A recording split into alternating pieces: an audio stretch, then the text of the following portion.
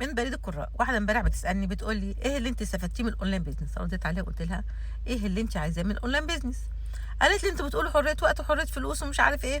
قلت لها فعلا هو ده الاونلاين بيزنس، في الحاجات دي كلها، بس انت رقم واحد بالنسبه لك ايه؟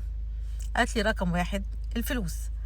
قلت لها انا دخلت الاونلاين بيزنس عشان خاطر رقم واحد دوت الفلوس، بس بعد ما دخلت لقيت في مليون حاجه غير الفلوس. ايه رقم اتنين بالنسبه لك؟ قالت لي حريه الوقت. قلت لها هو ده كمان موجود. ايه رقم ثلاثة؟ قالت لي انا زهقت من اكون شغاله عند الناس وبيتحكموا فيا. قلت لها وهو برضه ده موجود. ايه تاني؟ قالت لي اشتغل مع الثلاثه دولت وبعد كده افكر في التاني.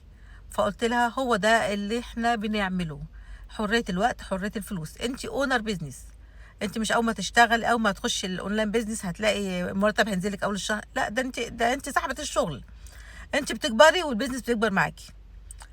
ف حسب اننا حوار طويل فكل يوم هقول لكم الحوارات اللي بتحصل معايا. Have a good day.